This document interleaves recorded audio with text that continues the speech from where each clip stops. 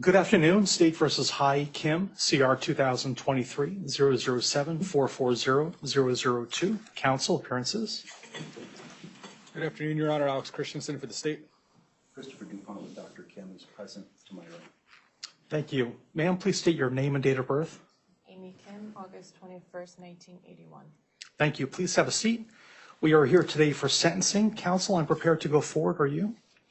I am, Your Honor. Yes, Your Honor. Thank you.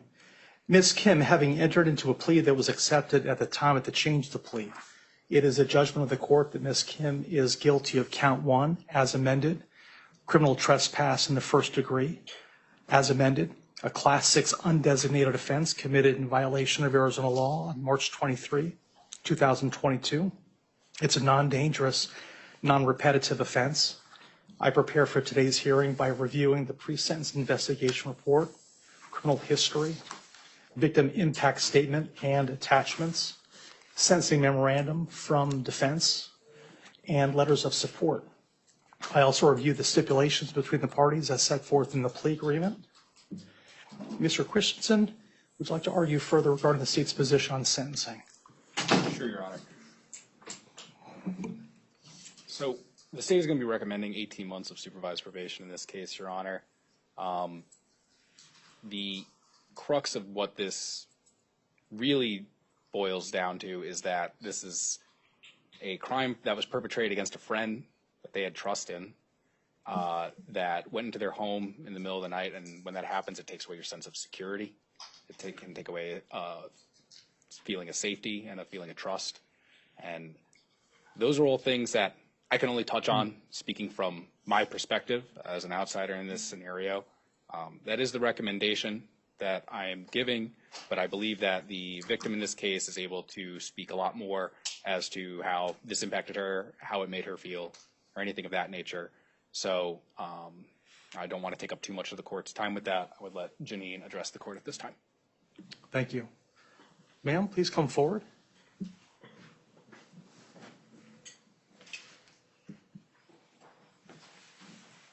Good afternoon. Please state your name. Janine Nesvik. Thank you. Go ahead. So, when I received the documents that Kylie and Amy Kim pled guilty to criminal trespassing in the first degree, to say I have a lot of emotions about that is a bit of an understatement. So I've been asked to describe my emotional, physical, financial trauma as a direct result of the criminal acts that the defendants, Amy Kim and Kylie Steele, did. I've waited 2 years for a chance to speak to both of them face to face. Some of the supporting documents are 3 days before we all took a trip to Flagstaff to let our dogs play in the snow. 3 days before they steal my dogs. The night before, Kylie Steele was at my house playing with one of the alleged dead puppies, which I also gave you a photo that it's time-stamped as far as the time and date, showing a very healthy little puppy that she's holding. Anyhow, so it's not quite face-to-face with them, but at least I get to say what I need to. There has... The immense pain, panic, distrust, grief, and violating trauma inflicted here is beyond words. When the crimes were initially committed, it felt as if my heart was being ripped out of me. I was physically unable to work, to see my clients Thursday and Friday following the abduction of my family, my dogs, my beloved dogs. My entire body felt how I imagined it would feel if I were hit by a boulder. Every muscle was in knots. The nausea kept me from being able to eat anything. With every movement, every blink, every beat of my heart, my head throbbed with the intensity as it felt as though I was about to burst into 1,000 pieces. I could not imagine who or why anyone would do something so awful and hurtful. What was the point? At that I didn't know of any enemies that I had. Were the abductors really after dogs, or was it something bigger? Was I in danger? These are all things that continued through my mind until October of 2022, when the detective told me that who it was. So, and then as well as, are the remaining dogs in danger? Where are they? Were they alive? Were they dead? Being sold, being used for testing, bait, targets? There's so many horrific possibilities spinning through my mind and being shared by others as well as why anyone would steal the dogs. I was afraid to be home. I was afraid to be away from home. I was afraid to be away from the remaining dogs that were there. It felt as though someone had been watching me and was still possibly watching me, my house, and my dogs. The depression, anxiety, and paranoia were debilitating. I just wanted to make it stop. Friends came by daily and frequently called to check on me, especially Kylie Steele. I was able to pull myself into a type of auto drive to get to work, to continue each day and complete responsibilities, but I was a shell of myself. I had to go through the motions in order to maintain my financial responsibilities, both to myself and the animals I care for. I'm a pediatric and speech pathologist, where I work with children with disabilities.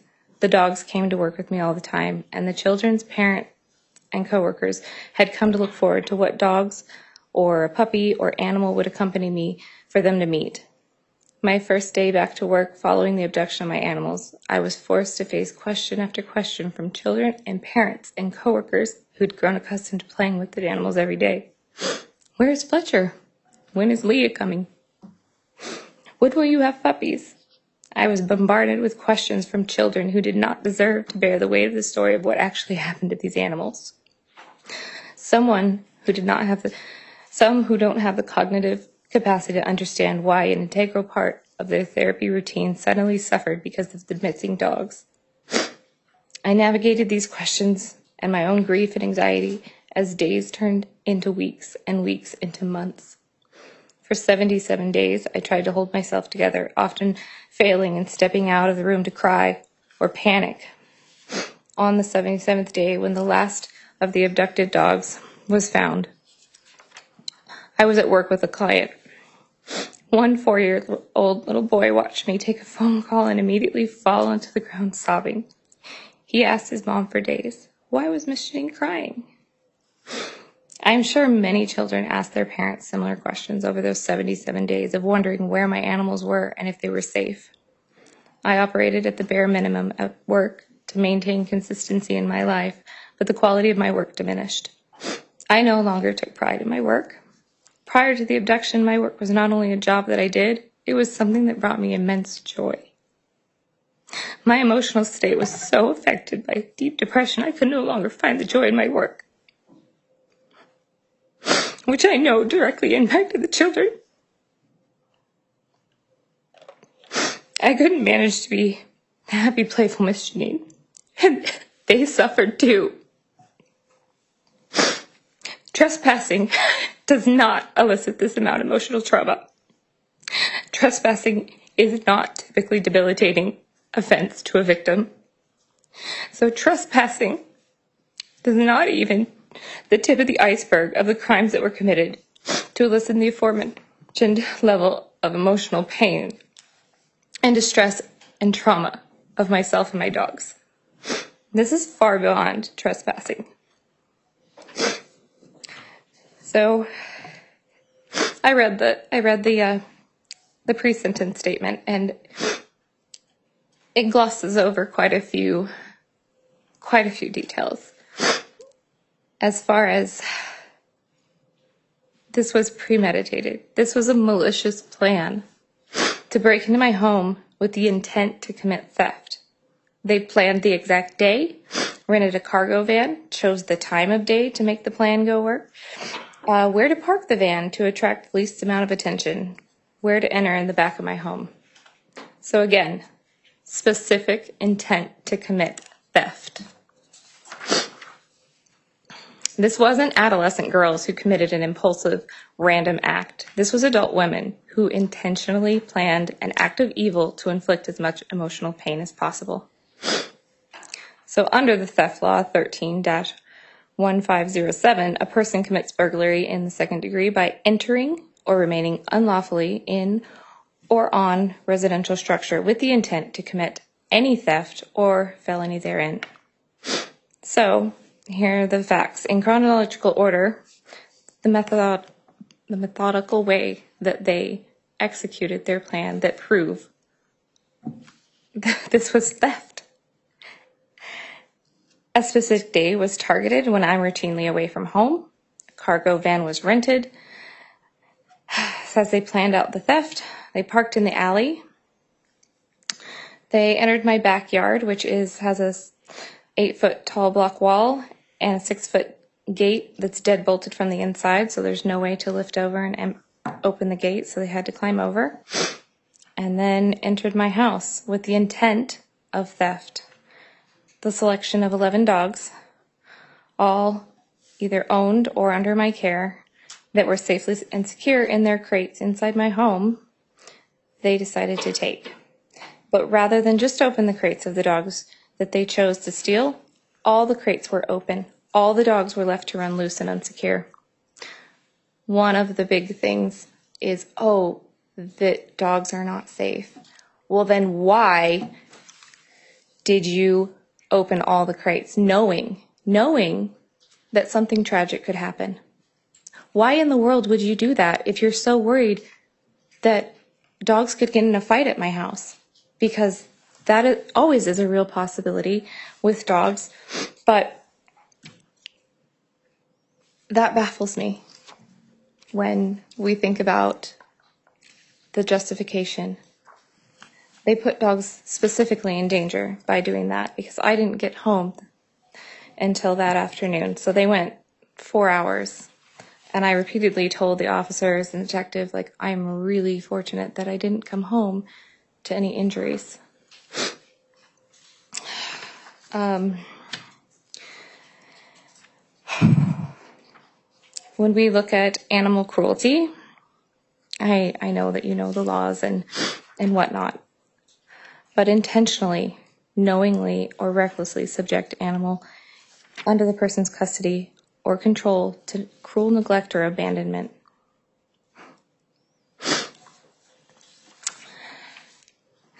So, April 14th, 22 days from the theft, Kylie Steele and maybe Hamey loaded up 4 of the dogs in the early morning hours, so when it's still dark and cold, and they went and they didn't return them. They dumped them in a park, not caring what would happen to them next or who might be the first person to arrive. It had to have been 2 or 3 in the morning because the person who found them arrived at 4. So, and I don't understand how you can load these dogs up, drive them to a location, take them out, and then you drive away as they panic and look because they don't know where you're going. They don't know that you're not coming back, or maybe you are. They're alone, they're cold, it's dark, they've never been here before. I can't even drive away from adopters when the dog knows me and they look like, where are you going? And yet they just drove away. And anything could have happened. So when we think about animal cruelty, and if you're subjecting animals to possible injury, so recklessly putting them in a position where they could get hurt, dumping them where you don't know if or when somebody's going to get them, or if an animal's going to get them first, or if somebody evil is going to get them, I'm not okay with that. So then on March, I'd also like to point out, so in the handouts that I gave you, we had made a post and spread it all through Facebook of this safe house. So it was a mutual or a unrelated third party, and posted the address. We had it secured, said cameras would be covered. They absolutely were. It is a safe, secure location where somebody would be right there to find them that was a good person. That was offered on April 8th. Both of them knew about this. One of them, the paper behind is a group chat that we all have where I told them about the plan and they both hearted it and this is a great idea. Them knowing that they're the ones who did this. So they had an opportunity to give these dogs back, to return, if you will. What they did was not return. What they did was neglect them and dump them, abandon them. Animal cruelty. So then, on June 16th, 77 days, my dog Leah was found. They both knew she was very special to me. In their talk, they like to say that they took neglected dogs. Both of these dogs, there's photos of them right before. As far as the three of us when we took our trip to Flagstaff, both Leah and Fletcher are there playing in the snow and mud. So those are time stamped as well. And then there is some more screenshots of the 20th where both dogs are shown healthy and they went over to my friend's house and they're playing with the tetherball. This was not stealing neglected dogs. This was stealing dogs that would hurt me, that with the specific intent to hurt me. So when Leah, she drove 2 hours, or however it is from Santan, 3 maybe, to Prescott to dump her in a baseball field and then drive back. And this was in the early evening. And Leah panicked. The officers that were called, they couldn't touch her because she was so panicked. So she sat in that baseball field, panicked, from 7 or so when they got the call until midnight when the dispatcher got off. And she went to go see if she was still there and if she could possibly get her. She worked with her for about 30 minutes and she was finally able to secure Leah. She was in contact with the animal control officer who told her how to scan and look up the microchip and all of that information. And that is when I got the call. Here is what the woman who doesn't know either Kylie or I said regarding Leah's condition. She was very dehydrated. She was very hungry. I soaked a cup of food, gave her half this morning, then made her wait 45 minutes for the second half. Whoever dumped her left her in the dugout of a baseball field. The fur on her legs was hard from urine, and she smelled horrible. So she got a bath this morning. You know what Kylie's response was on our messages to one another? Ugh, OMG, poor baby, what park was it? You dumped her there. I cannot, to pretend you care when you're the one that left her in this condition. To be confined in your own urine and feces.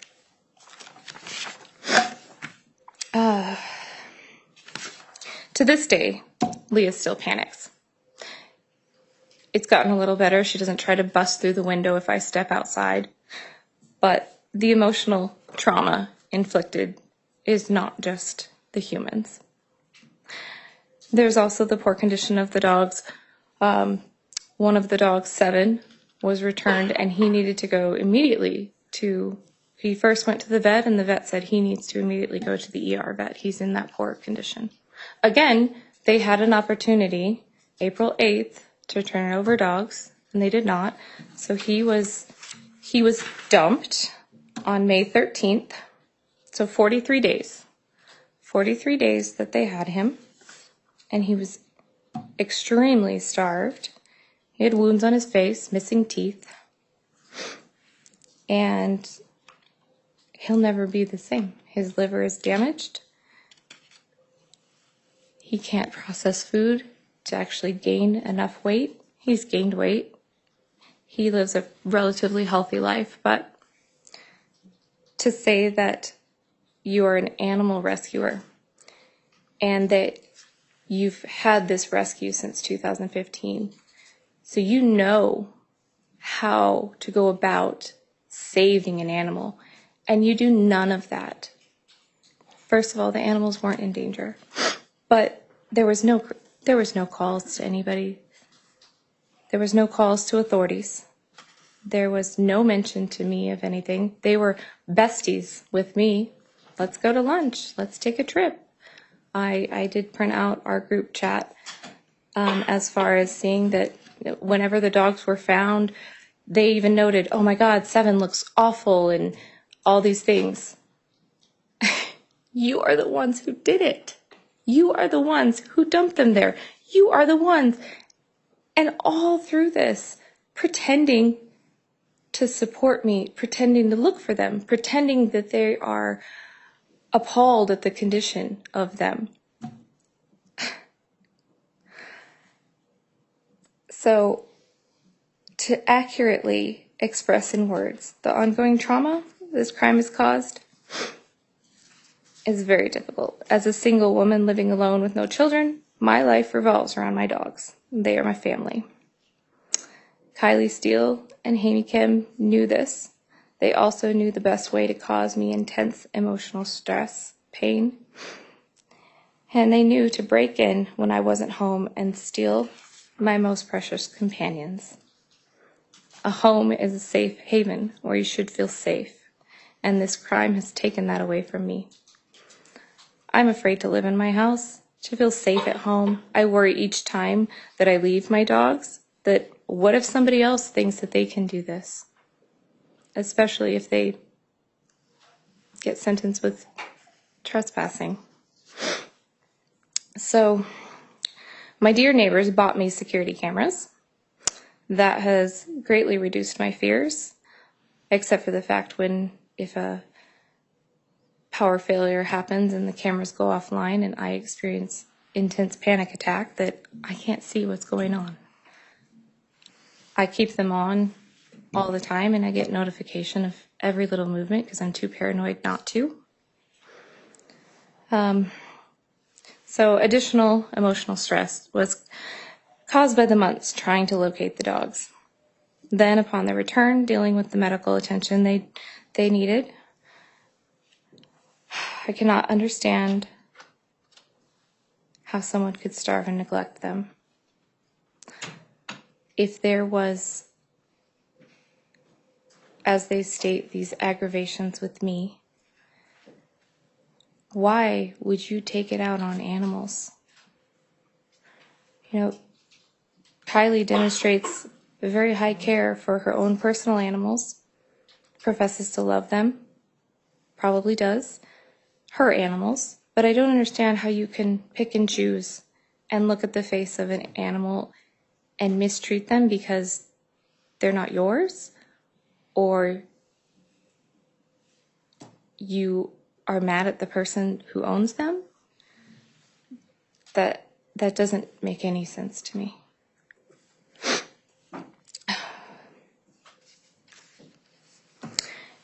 Then I think of the times that she spent at my house. And I would say, you have your own dogs. You need to go home and take care of your dogs. And now I think back, and I know that mine didn't get taken care of when she would leave really late at night because there wasn't enough time.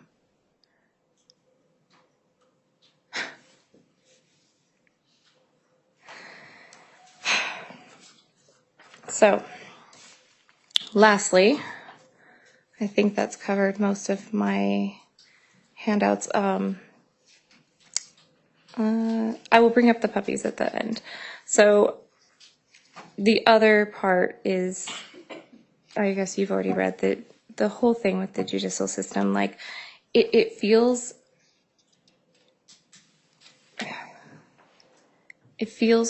really rote and predetermined. Just speaking honestly and out of no disrespect. I get informed of a process. I express how I feel. I express valid and logical and fact-driven objections to it. And it seems that everything is just discredited or denied, ignored.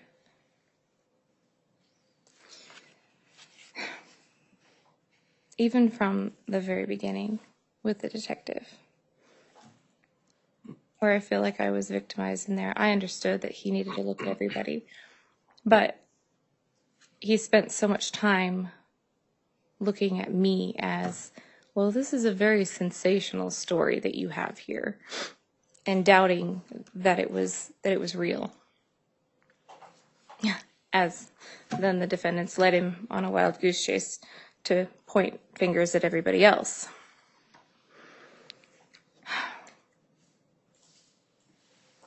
I understand the law is not my area of expertise, but I understand that I do have rights as a victim. And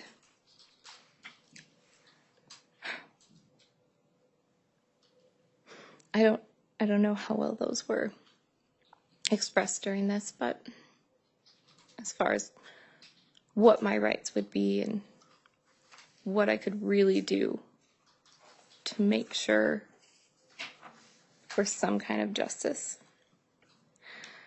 As I wrote, I do respectfully request, under the victim rights afforded under ARS 13-440201, that none of the charges be dismissed of the original charges.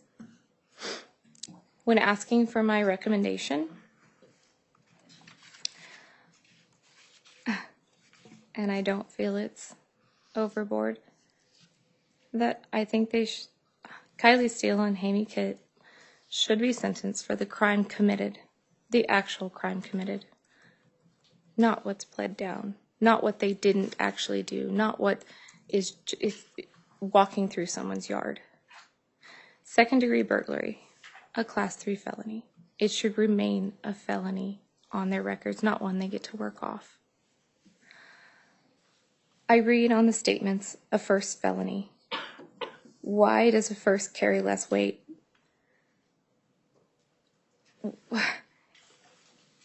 Maybe if they were enforced, there would only be a first.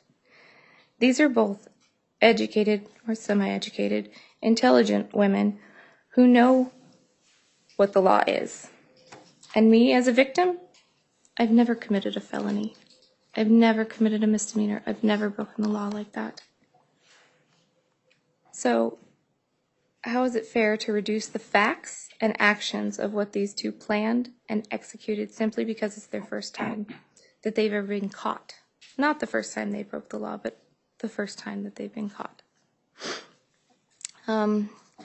I ask that Kylie Steele and Hamey Kim should be charged with cruelty to animals for the abuse of my dogs, allowing them to become in such poor health, 2 of which she claimed died, given no care from a veterinarian, if that is the case, and the abandonment of 9 dogs, and noted as a felony.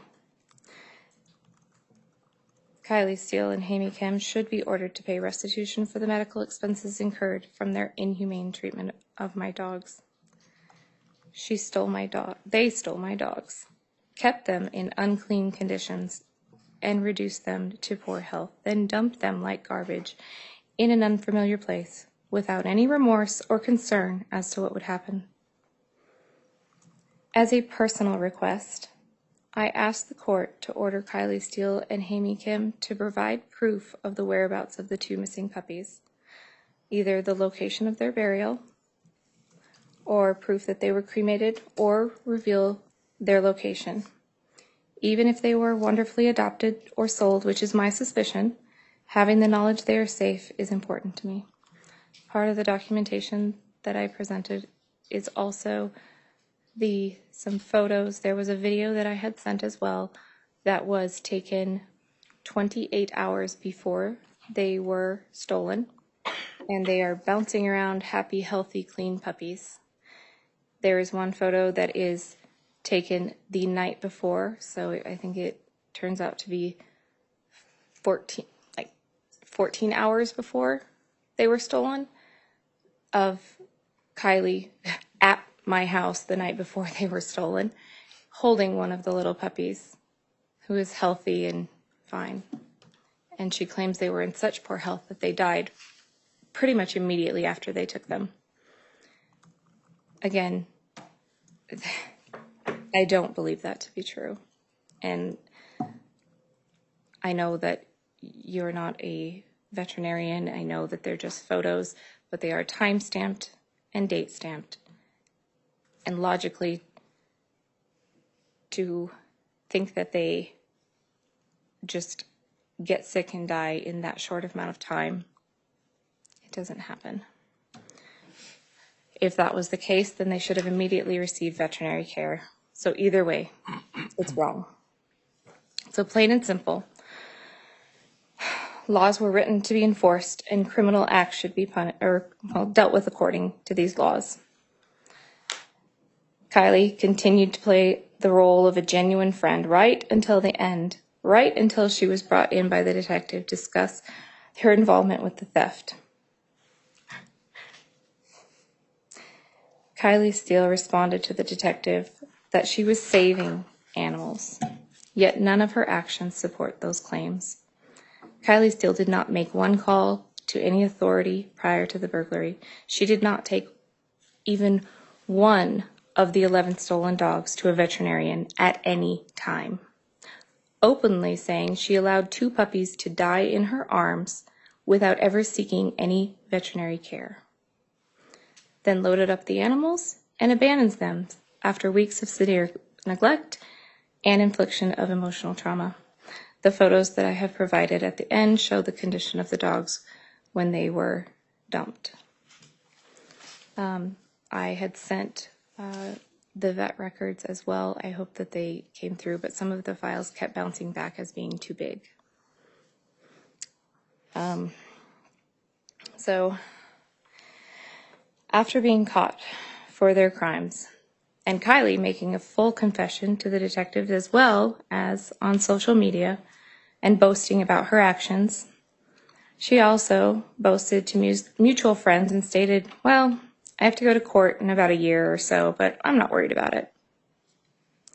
For such an emboldened response and so little respect towards rules and authority, she really does feel entitled to do as she please. I sincerely hope I was adequately able to describe how and why the actions of Kylie Steele and Hamey Kim are far more intense than trespassing. I respectfully request that the plea deal be overturned. Respectfully submitted. Myself, Leah, Fletcher, Marvin, Calvin, Seven, Gelato, Daisy, Rodney, the little mom, and the 2 puppies. Thank you so much for your time. Thank you.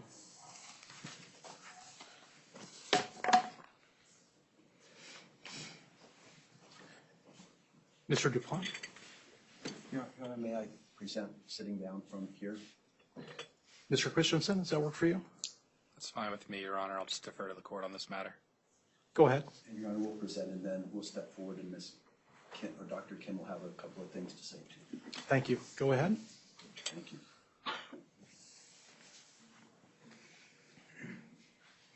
And Your Honor, this presentation that's coming up right now, I did submit it so that it's part of the record and with the clerk of the court. Thank you.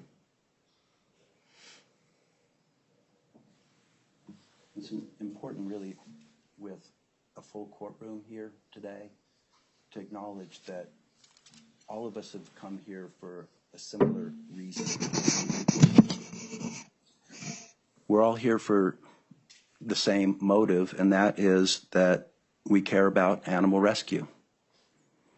We care about the well-being of all animals.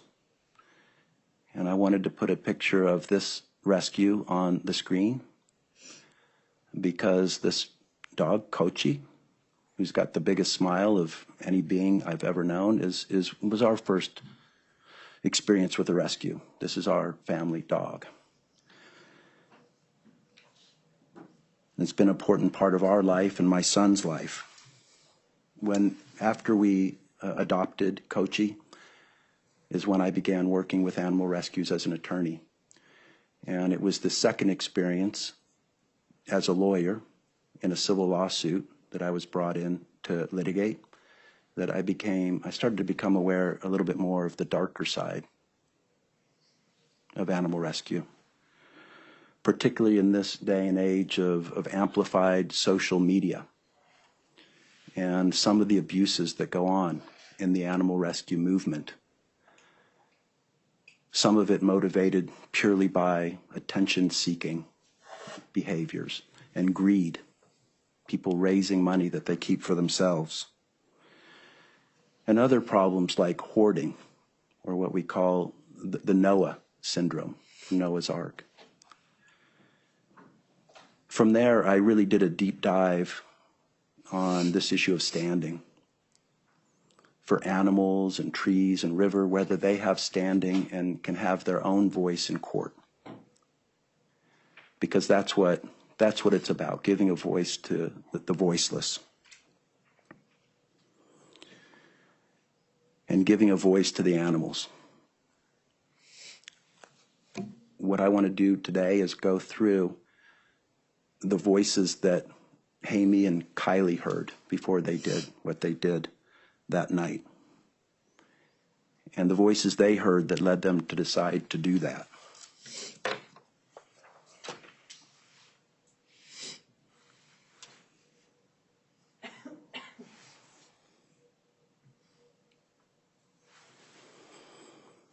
It's the same voice we just heard. I should say it comes from the same person. We just heard Janine Nesvik. And everything that we put up here in her words and images she posted happened prior to the event where Hamie and Kylie went in and rescued the animals. And every word in here, every image went into the decision they made to doing what they did.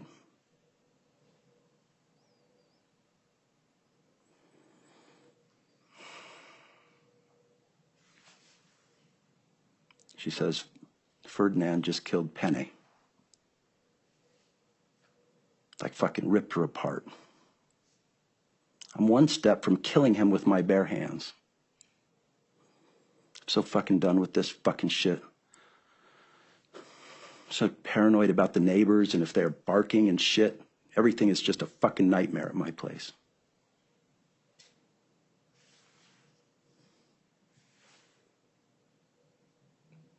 So fucking done. Simon tore apart Snow. Fucking tore her apart. Penny and Snow.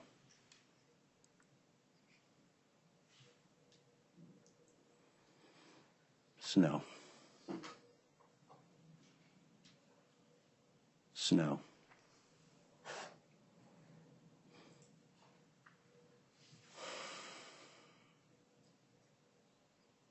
And a dog being washed of blood.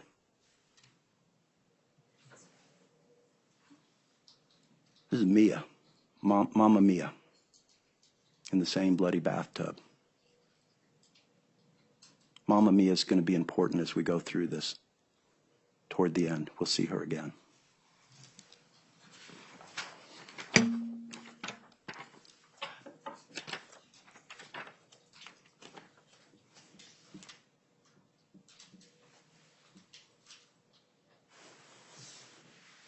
Complaint from the neighbors about Janine Nesvik's house.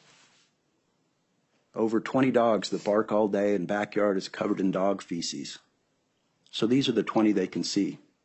They don't go inside the house. They can't get inside the house to see the stacks upon stacks of crates filled with other dogs. The neighbors are unable to even be outside due to the overwhelming stench.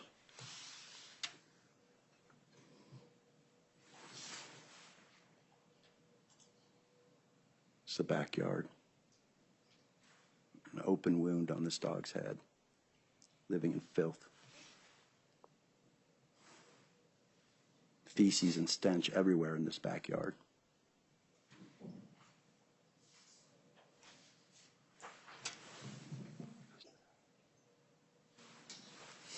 This is Seven. She spoke at some length about Seven. This was his condition before he was rescued.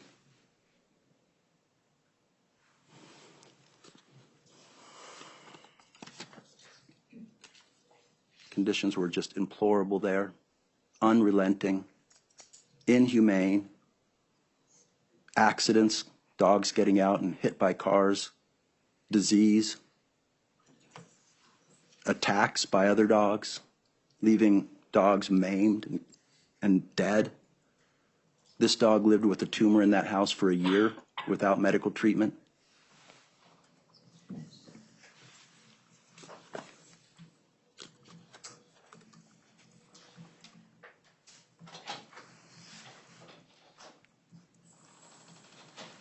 Fucking Simon attacked Shirley, the little Yorkie mom. I mean, oh my God, no. Jesus, poor girl. 1 collapsed lung, 3 broken ribs, like 15 punctures and 2 giant tears.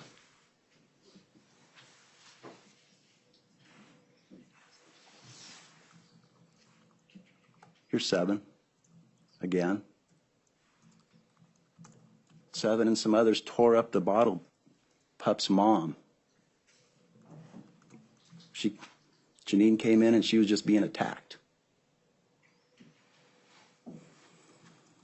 Janine's response to Seven, like, fine, you don't want to be domestic, just go. Those were her feelings before Seven was rescued. It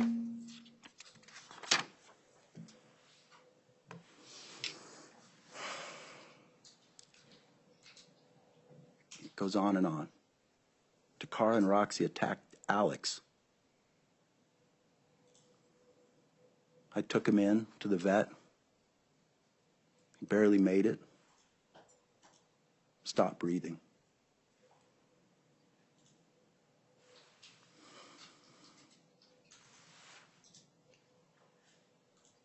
So Puppy, in a conversation she had with Kylie, she thought it was a dead rat at first. It was just the head of a dog in her house. Couldn't find the body. Must have eaten her body when they found the head.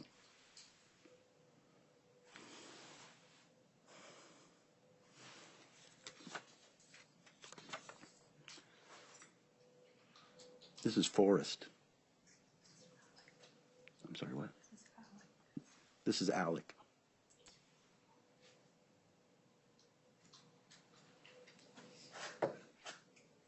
Got tore up his neck, his chest.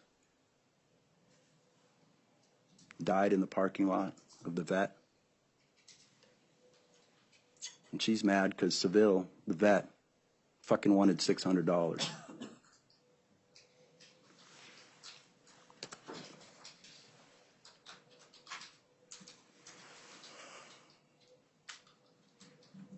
It never ends. Simone and Fernand attacked Gandalf today. His ear is half hanging, fucking punctures all over his body. So fucking done.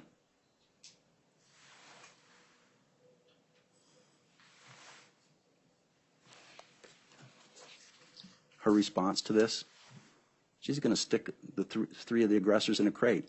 Stick them in a crate. Let the best man win. Free for all melee.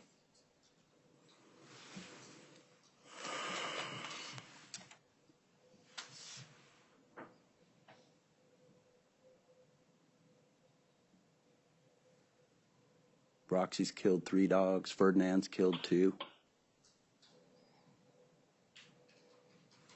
This is the best description we have of that house, in Janine's own word. In Janine's own words, it's a fucking house of death.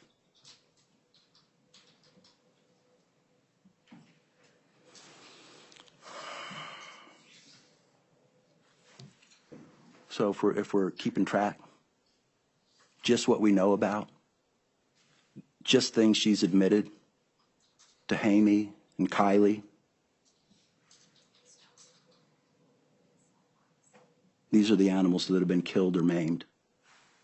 Alec, Snow, Gandalf, the unknown dog whose only remains are its head, Alec, Forrest, the bottle pup's mom, Shirley, Penne.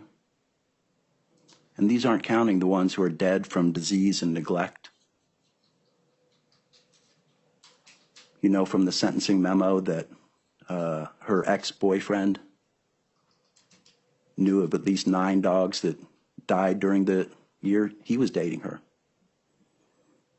And when Janine put in her sentencing memorandum that she had no earthly idea who had done this, well, she told the police she thought it was her ex and Skylight Rescue. There were other people who knew too what was going on there. Not counting the dead from disease. And the 52 dogs that were living in filth at the time of the rescue.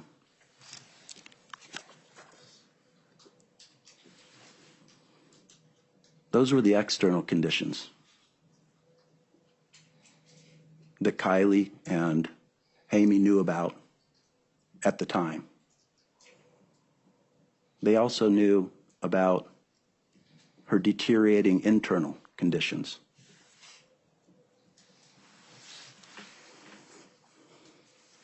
She says, my yard is beyond disgusting with the dog shit in the rocks. Got another notice to clean up. We already heard about how paranoid she was about the neighbors.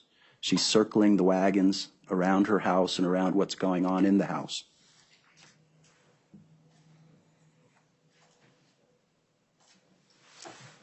She's fucking up bigger than big.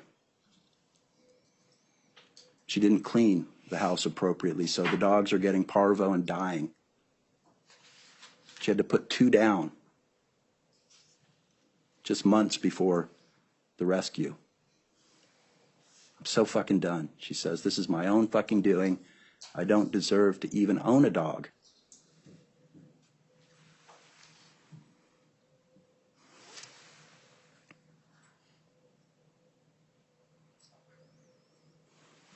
Amy's contacting her frequently about getting the other dogs fixed because they're having litters still, even with this overcrowded conditions.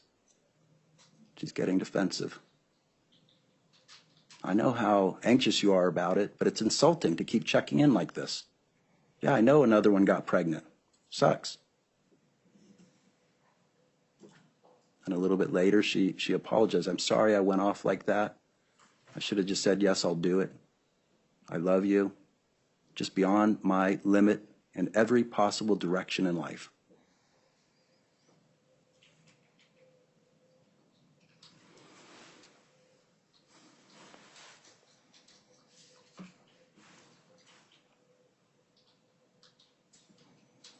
This is Jaime trying to offer support.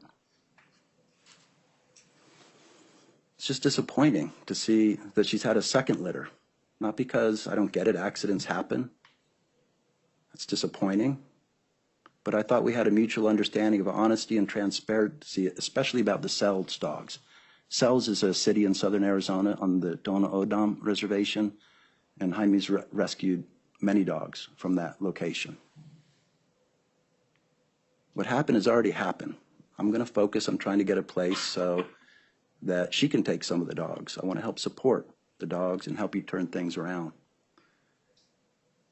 She's telling Janine, I'd put your well-being before the dogs so we can help each other help the dogs.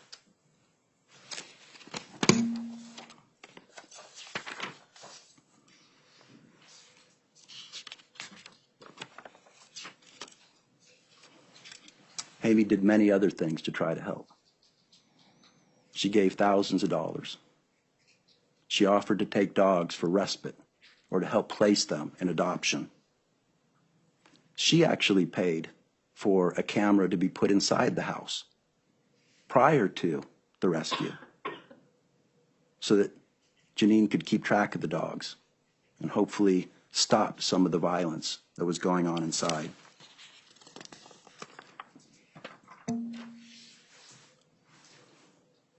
Janine takes Amy off this little group list between Amy and Kylie. Just said it was just a courtesy to let her know it all.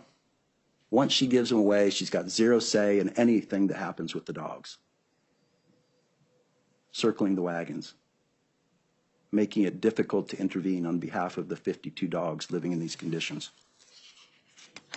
She's aggressively refusing help. She continues to deteriorate.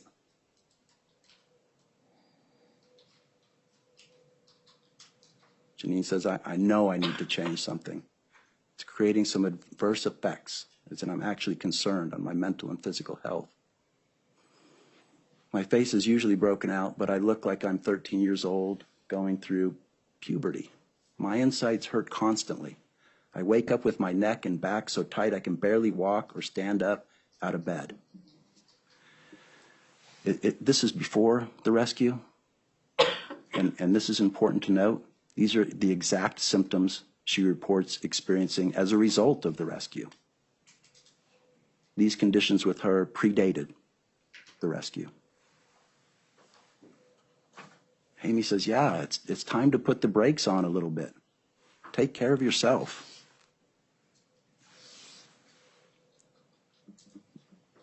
Amy says,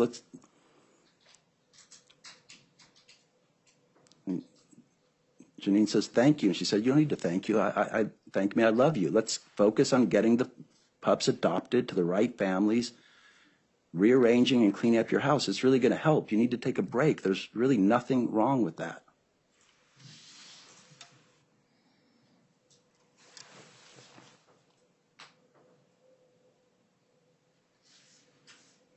There's Mama Mia on the left. These are Mama Mia's puppies. Excuse me. Mama Mia, the one in the bloody bathtub, Kylie and Amy managed to convince her to give that dog up. And now 2 of the puppies, this was before the rescue, the only one they were able to do that with, and now they've got puppies who are being well cared for and are healthy and happy.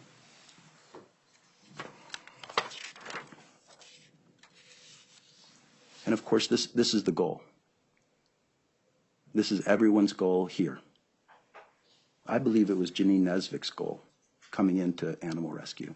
I believe it's still her goal. But it went off track. And as we began with this idea that we're all here for the same purpose, I want to talk a little bit about moving forward from here and what Amy has been doing to move forward from here.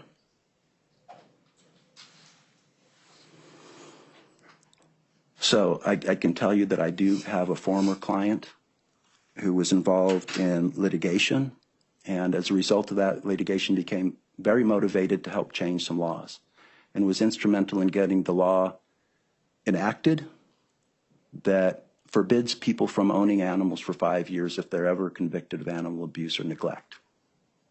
They came up a little short on legislation that would have created a registry for people who have ever been investigated or convicted of animal abuse, so that people would have access when they're adopting out dogs.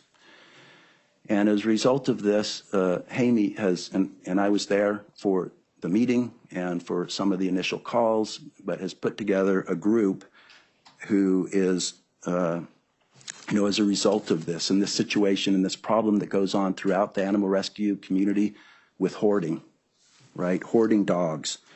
And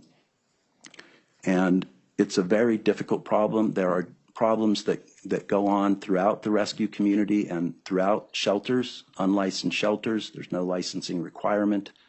And the idea is to address some of those problems.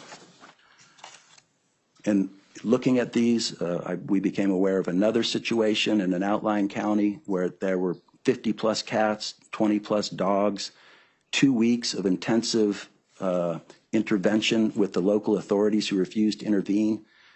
These women went in onto the property, rescued some of the animals. When they had the animals and were able to show the bad condition, the authorities came in the next day with them to rescue the rest of the animals.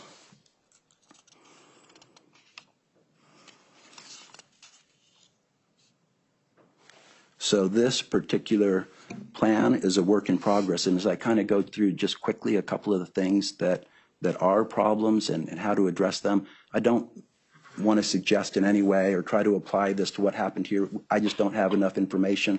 All I know is the animals needed rescuing, and that's the reason this happened in the first place. There are systematic problems, lack of resources for shelters, investigations and offender tracking system, lack of regulations. Even with the investigators, I learned that most of the law enforcement agencies, even in Maricopa County, actually contract out their complaints of animal cruelty to the Arizona Humane Society. So that's the primary resources for this. We learned on these websites that of the 9,916 complaints last year, there are only 16 charges. So there's a gap in what's being investigated and what's being enforced. There needs to be more public awareness of this.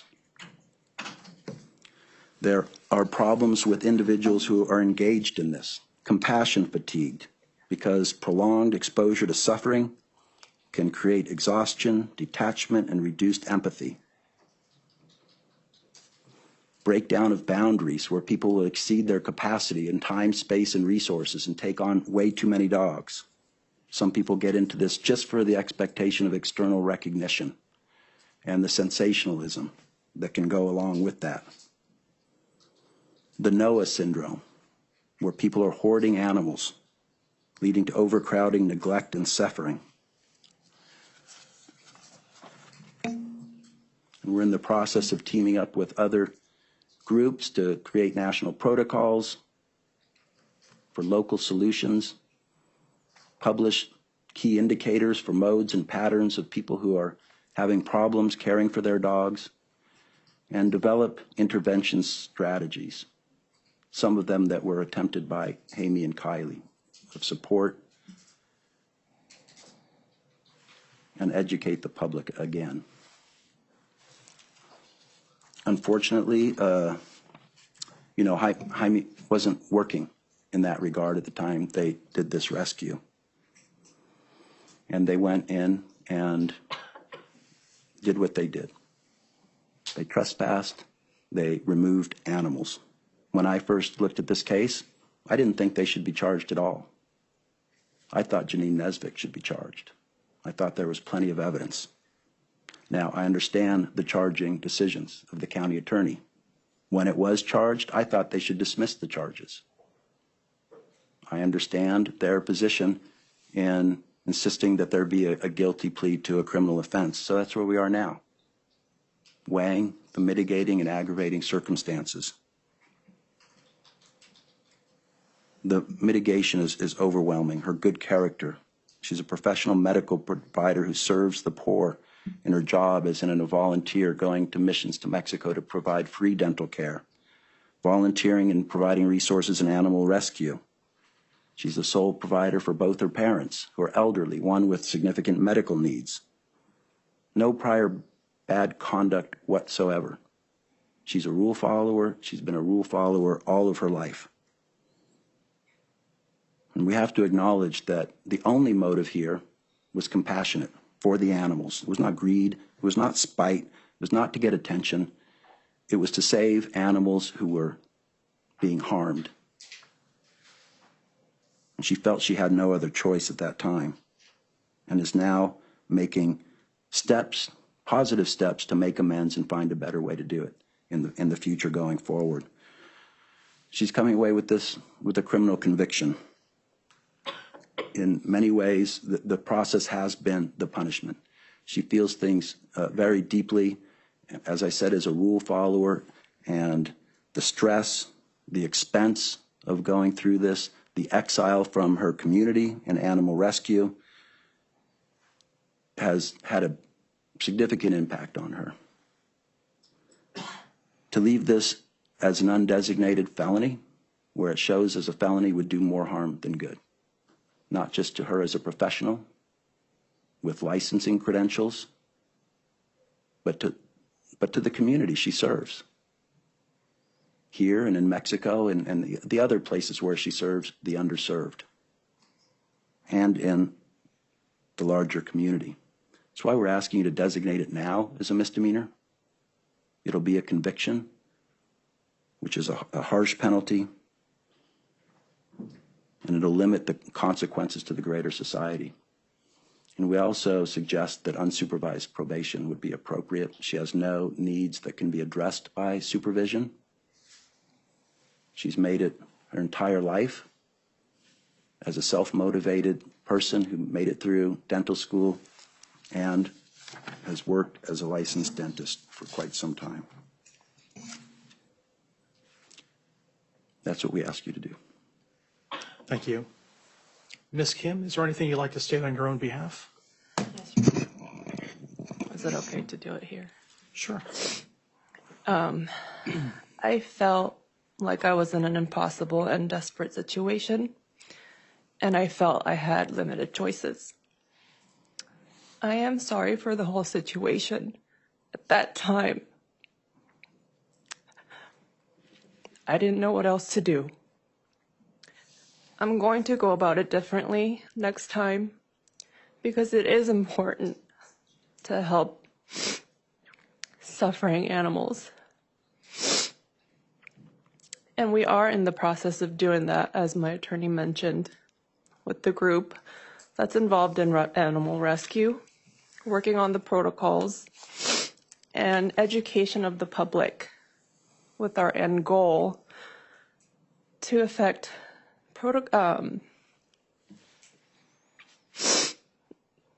policy and enforcement changes on behalf of the animals who continue to suffer under deplorable conditions. Thank you, Your Honor. Thank you. Mr. Christensen states position on the request for designation. Your Honor, before we do that, I believe it's been communicated to me through the victim advocate. The victim, Janine, through defense's presentation, has some issues that she wanted to address. I will leave up to the court's decision whether or not. I know that's atypical in these scenarios, but it is up to the court of whether or not you'd be willing to hear from the victim on some items that defense addressed. Mr. DuPont? Your Honor, we object. She's not an advocate. She has a right to be heard. She's been heard. Everything that we said today has been presented in writing prior to today, and she had a chance to address it when she addressed it. So we object. State's position. I will defer to the court on this, Your Honor. All right, thank you. This is an unusual request. This is a very unusual case. Ms. Nesbitt, I heard you. I reviewed all the paperwork that you submitted. You essentially read from your 11-page document and added quite a bit. I heard it all. It's important that you're here. I appreciate that you're here. I respect that you're here. The nature of a sentencing hearing is not to engage in a back and forth now about alleged facts. You shouldn't feel like you have to defend yourself about what was presented by a defense counsel. I reviewed it all. And so I'm very hesitant about indulging in more time for you. I don't know what you're going to say. But but I'm also cognizant of the Victims' Bill of Rights, which is a very critical piece of legislation in the state. I'll give you a couple minutes if you feel like you have to say something. But again, you read from an 11-page letter that I read, and I reviewed all the documents, and you added quite a bit to the 11-page document that was submitted that you read from.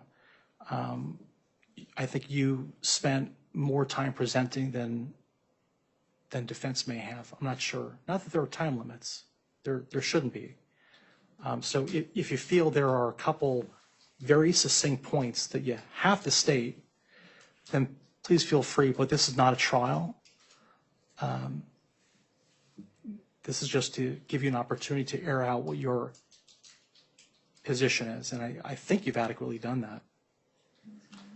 So if you feel you must, then with some reluctance, but with respect for the Victims' Bill of Rights, I'll indulge you to come back up and have just a couple minutes. Yeah, I'll be great. I'll be great. And then to be fair, and then that'll be it. But to be fair, this person is sitting here with a sentencing facing her, and I think she has an opportunity to present further. That'll be Mr. DuPont's choice if he, in consulting with Ms. Kim, want to do that. So go ahead. Not to address us, Judge. Okay. Sure. I have already heard and seen all of these.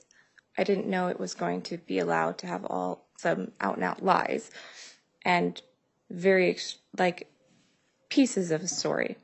There was a time that, and I would like to be facing them, but I can't, that yes, we were all, Kylie and myself were drowning and could not take more dogs that were not adoptable, dogs that don't do well in captivity in just packs of them.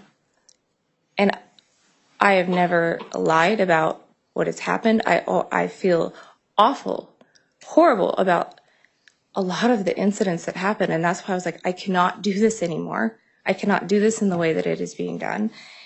And wanted things to change and had them take some of the res dogs out of my house. Asked them to, which isn't shown. There's several things that, like, you list out some dogs to make a shock factor. You throw in a picture of a dog in the mud when he was playing in the mud. The video is him having the greatest time of his life playing in the flooded backyard. And then he goes and gets in the pool. That is the whole picture there. But they show, so we were all on the same team. We were friends. There was never any mention.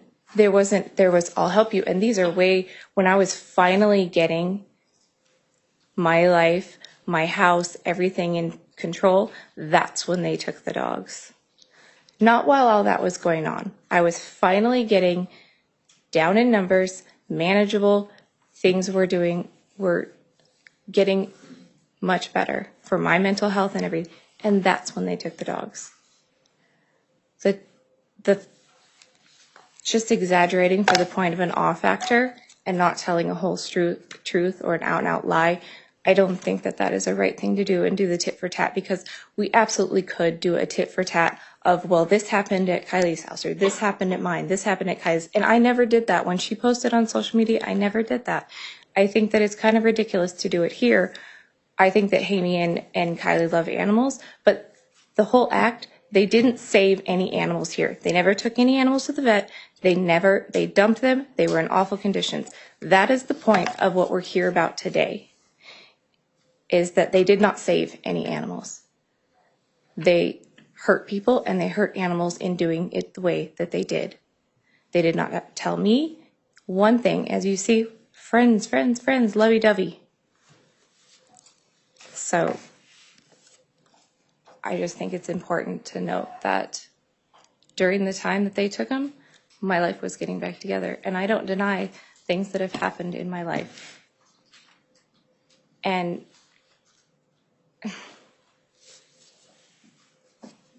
that's all. Hopefully that was succinct. I'm sorry. It was more so I needed to address them because this will be the last time that I talk to them. That's so fine. I wanted that. That's fine. Thank you, ma'am. Thank you. Mr. Christensen, anything further from the state? There's nothing further from the state, Your Honor. I believe it's all been very well encapsulated. Thank you. Mr. DuPont? We're ready, Your Honor. Thank you. The court has considered the arguments of counsel, the presentations that were made, the presentation and victim's position. In consideration of the aggravating factors, the court has considered the harm to the victim. As far as mitigating factors, the court has considered Ms. Kim's acceptance of responsibility and remorse, the lack of a criminal history. The court has considered the very unique nature and circumstances of the offense. To put it succinctly, Ms. Kim was attempting to rescue dogs from what was self-described as a house of death. Ms. Kim went about it perhaps in the wrong way, in an illegal fashion. In consideration of these aggravating and mitigating factors, the court finds that probation is appropriate in this matter. Therefore, it is a judgment of the court that the imposition of sentence is suspended while Ms. Kim is placed on supervised probation for a period of 1 year to run from today's date going forward. The court orders that Ms. Kim have no contact with the victim whatsoever, that she not return to the scene of the offense, that she pay restitution for all economic losses suffered as a result of her conduct, and the court designates the matter as a misdemeanor at this time. Ms. Kim, it's important that you comply with your terms of supervised probation. There are many more terms and conditions that may apply, and you need to understand them all more than the ones that I've stated in court. If you don't, if it's proven in court that you fail to comply with any term or condition of your probation, the court can order that the probation be revoked and that you serve time in prison. Pardon me. That's not a possibility for prison, but the court could revoke the probation and order that you serve time in jail. The court imposes the following monetary obligations, and failure to pay them could result in the entry of a criminal restitution order. A victim's rights compensation fund fee in the amount of $9, victim's rights assessment, enforcement assessment, $2, criminal penalty assessment, $13, and a time payment fee of $20. There's also a probation assessment in the amount of $20 for the pre-sentence investigation report, as well as a probation service fee in the amount of $65 to be paid monthly going forward. You have the right to petition for post-conviction relief as long as that petition were filed within 90 days of today's date. If you can't afford a lawyer, one can be provided for you. If you can't afford the cost of necessary paperwork to accompany a petition like that, the paperwork can be provided to you at no cost as well. You can petition to have your case record sealed. You can also petition to have your conviction set aside, and the court will consider those petitions in due course. Mr. Christensen, anything else?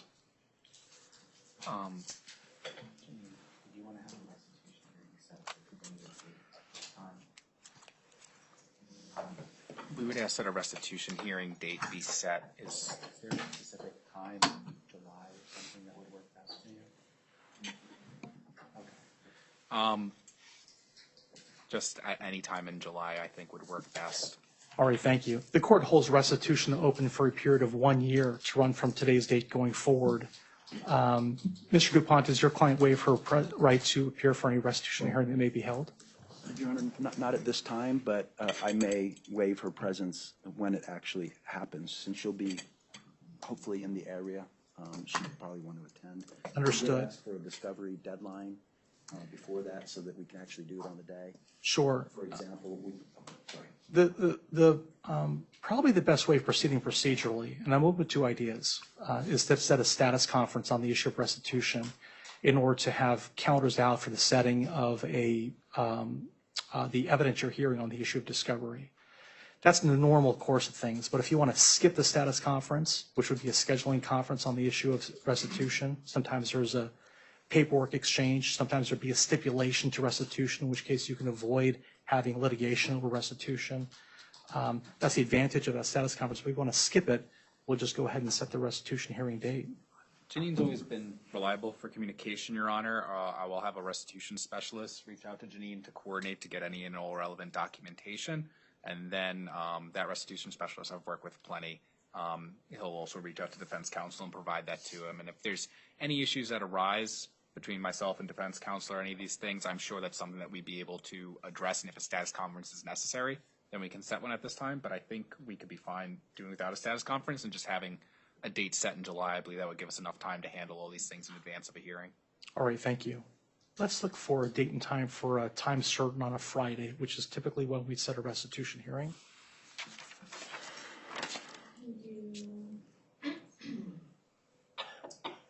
July 19th at 11 o'clock. Is there any way we could do July 12th? We can do 2:30. Please, is that all right? That works for us, Your Honor. Thank you. All right, thank you. It's ordered setting an evidentiary restitution hearing on July 19, 2024. July 12th. at July 12:30. 12? I apologize. I was focused on the time change. It's on July 12, Friday, at 2:30 in this division. Mr. Christensen, anything else? I believe that covers everything from the state, Your Honor. Mr. DuPont? No, sir, and thank you for giving us the time. I know You're welcome. Thank you all for being here. I appreciate your presence and the victim being heard especially. This matter is adjourned.